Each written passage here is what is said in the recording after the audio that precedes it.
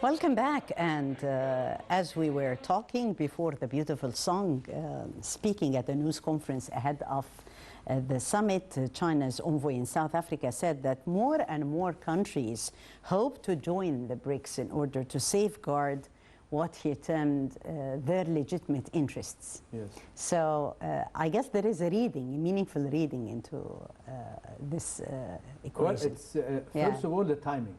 Yes. Why? Because why I want to stress the timing factor, because as I said earlier, BRICS exists since 2009 or 10, which means that it's over 13 years by now.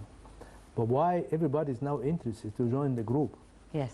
Obviously, because of the Ukraine-Russia war and the consequences that happens because of the war. And you know, when the Fed in the U.S. have raised its interest rate a couple of points, then it made everything more expensive globally. So I think everybody was looking for a new world economic order. Very clear. So that's why the interest started from outside the BRICS, of course encouraged by the two big members of the BRICS, which is China and Russia. Yeah. And you can see politically the closening of Russia and China in the aftermath of the Ukraine-Russia war drove the interest within the group to add more countries. Because the question is why countries didn't ask to join earlier, and why BRICS didn't actually invite. And you can see this in the last year. And again, I have to go back to the last summit that took place, the 14th one in China. Yeah, the challenges were different then, totally. Exactly, and number one, why Egypt was invited. It seems that the preparation, because this also took place after the start of the Russian war and the food embargo, so it is very clear that Russia have dwelt on the opportunity of what's going on as a bottleneck with the Western world, and they rely now on Africa because of the food shortage. And that's why Putin today mentioned that I am guaranteeing the coverage of food and seeds to the African nations. And he mentioned the terms that in the first 6 months, he already have injected almost what was injected in the previous year totally, which means that he is stretching his hand of Russia to help. And so you can see that there is a nucleus of a new world economic and financial order that's taking place. How fast this will take place and what will be the consequences, it has to be seen. Because definitely there is something cooked in the pipeline. Yes, for sure something cooked in the pipeline. And as you've mentioned, Professor Hagazy, concerning also the timing, the group's global presence and increasing acceptance for its agenda. And the media attraction also. You know, yes. Why everybody is attracted today. You know. Very much so. Countering, maybe to counter also the Western political dominance in a way or another. So are we going to have this shared currency that we're talking about? It was, you said that it might not be possible that this would happen. Will it lead to the shift of the world order? Yes. What could be the future of the BRICS in your opinion?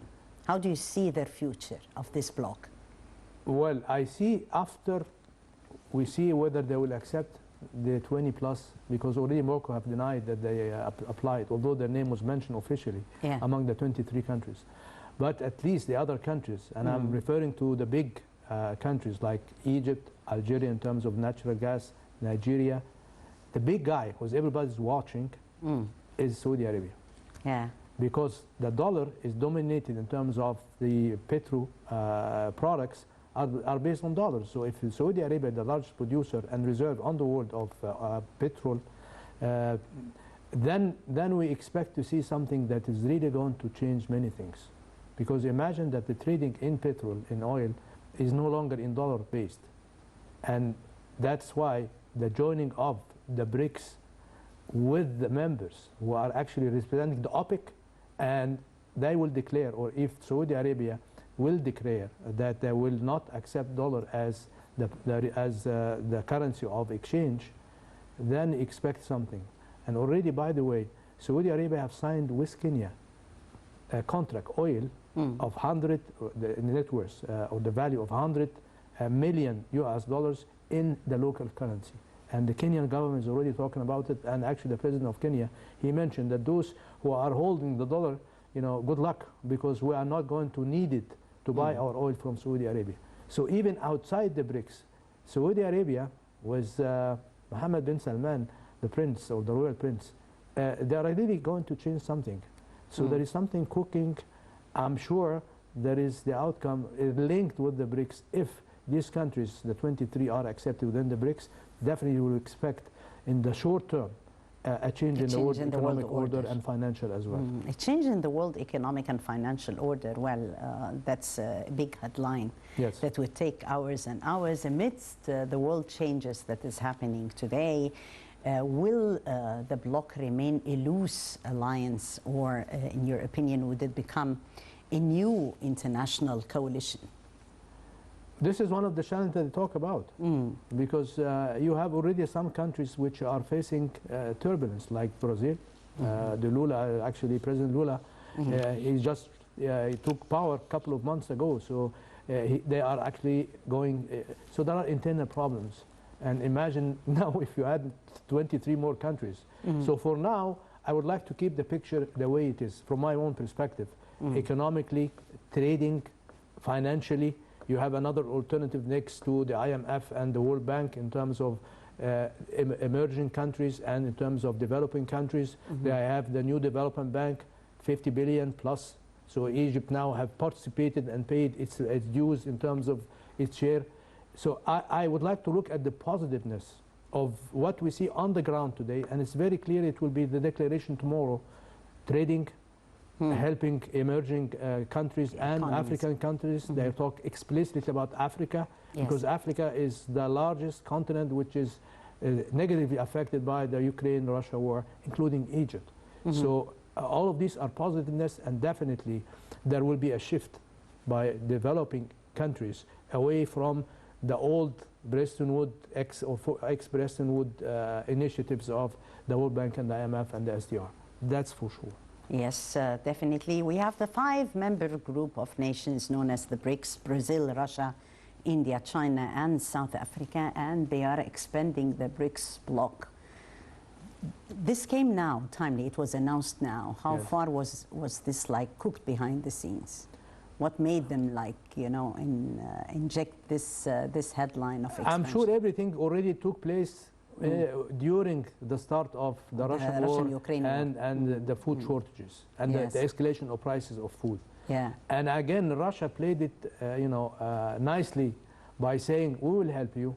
China also, because of what's going on in terms of the trade war and the negotiation between the US and China, and the embargo placed on Russia, embargo placed on partially on Chinese companies. So it actually moved these 2 big members of the BRIC group to ask other countries to join, because we are going to shift away from the Western controlled, manipulated by the US dollar. And again, they talk about this currency in terms of going to be a gold pact. And that's, again, extremely important, because it will have a value. The US dollar right now, its value is on debts, because the strength of the US dollar is no longer as it is, or as it was back in the 70s and the 80s. So again, the reasons why, because countries, including Egypt, its central bank reserves are in dollars, like many other countries. So there is a demand for dollars. Number 2, the dominance of the US dollars for the petrol or the oil. In this case, there is still a need for the US dollar. So imagine in the short term or the medium term, if we shift away from these 2 aspects, then you can see other countries will join, not just the 23. Yes. There were challenges before South Africa while holding this summit, also diplomatic challenges that South Africa has faced. What does this reflect? First of all, I'm excited to see that the presidential year of this year is in South Africa.